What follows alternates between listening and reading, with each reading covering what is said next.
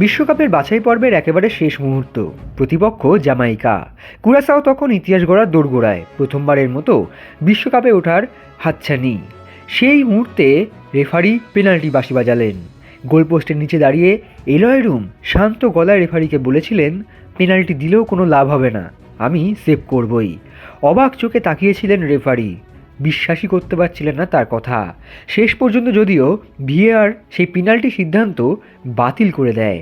Alloy রুমকে নিজের কথার সত্যতা প্রমাণ করারও প্রয়োজন পড়েনি। এই আত্মবিশ্বাসী শনিবার রাতে কানসাস সিটিতে দেখা গেল বিশ্বের সামনে। गेम कोई भी हो, पकड़ मजबूत होनी चाहिए। सीमेंट से पकड़ बनाए मजबूत SRMB 550D TMT bar। ইকুয়েডরের বিরুদ্ধে বিশ্বকাপের ম্যাচে এলয় রুম একাই করে ফেললেন 15টি সেভ। 1966 সালে সেভের পরিসংখ্যান রাখা শুরু হওয়ার পর নির্ধারিত 90 মিনিটে কোনো গোলরক্ষকে করা এটি সর্বোচ্চ সংখ্যক সেভ। এর আগে 1978 সালে পেরুর রামন কুইরোগা করেছিলেন 13টি সেভ। 2014 সালে বেলজিয়ামের বিরুদ্ধে টিম হাওয়ার্ডও করেছেন এই সমসংখ্যক সেভ। তবে সেই ম্যাচটি গড়িয়েছিল অতিরিক্ত সময়।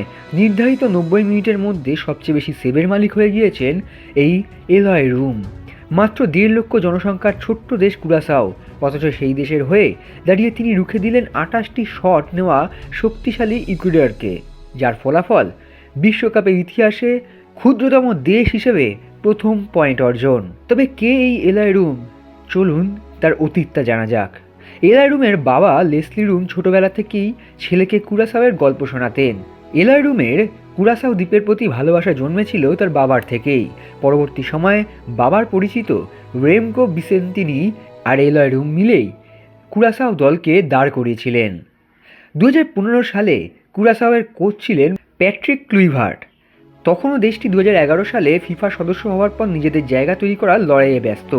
না ছিল অবকাঠামো, না ছিল কোনো বড় সাফল্যের ইতিহাস। নেদারল্যান্ডস অনূর্ধ্ব 20 দলের খেলা এলয় রুমকে ক্লুইভার্ট ব্যক্তিগতভাবে ফোন করেছিলেন। রুম রাজি হয়ে যান। তিনি পরে বলেছিলেন, আমি তখন প্রথম ফুটবলার যে জাতীয় দল বদলে কুরাসাওয়ের হয়ে খেলতে এসেছিল। এরপর ধীরে ধীরে আরও অনেকে যোগ দিতে শুরু করে। তবে রুম শুধু কুরাসাওয়ের প্রথম খেলোয়াড় নন, তিনি এই দলের নির্মাতাও বটে। রুম শুধু মাঠেই খেলেননি, তিনি নিজেই ফুটবলারদের ফোন করতেন, বোঝাতেন, স্বপ্ন দেখাতেন। ইন্টার মিয়ামিতে তার সতীর্থ ইউরগেন লোকাডিয়াকে 4 বছর আগেই রুম বলেছিলেন কুরাসাও একদিন বিশ্বকাপ খেলবে। লোকাডিয়া সে কথা বিশ্বাস করেননি। তিনি বলেছিলেন এটা বাস্তবসম্মত নয়, কিন্তু তিনি বিশ্বাস করতেন। আর রুম শুধু বিশ্বাসই করতেন না, তার এই বিশ্বাস কুরাসাওয়ের প্রত্যেকটি ফুটবলারের মধ্যে ইনজেক্ট করে দিয়েছিলেন। বিশ্বকাপের বাছাই পর্বের শেষ দিকে রুমের কোনো ক্লাবও ছিলেন না, জানেন? তার ক্লাব ভিটেসে দেউলিয়া হয়ে যায়। এরপর সার্কেল ব্লুজের ছোট্ট অধ্যায়ও শেষ হয়। চুক্তি নেই, নিয়মিত ম্যাচ নেই, তবুও তিনি থামেননি। একজন ব্যক্তিগত ফিটনেস ট্রেনারের সঙ্গে জিম করতেন, আলাদা গোলকিপিং কোচের সঙ্গে অনুশীলন করতেন, আর সঙ্গে খেলতেন প্যাডেল। প্যাডেল নাকি রিফ্লেক্স বাড়ায় এবং কার্ডিও হয়, এই কথাটি রুম নিজেই বলেছিলেন।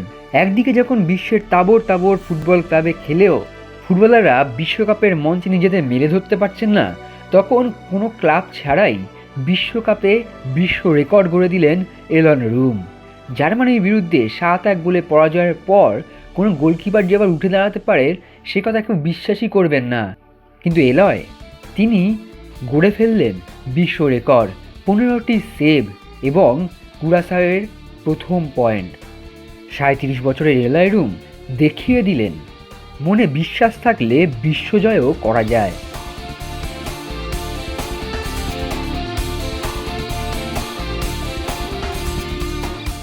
Extra time.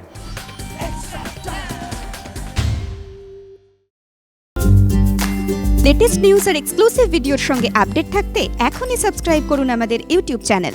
বেল আইকনে ক্লিক করতে ভুলবেন না যেন।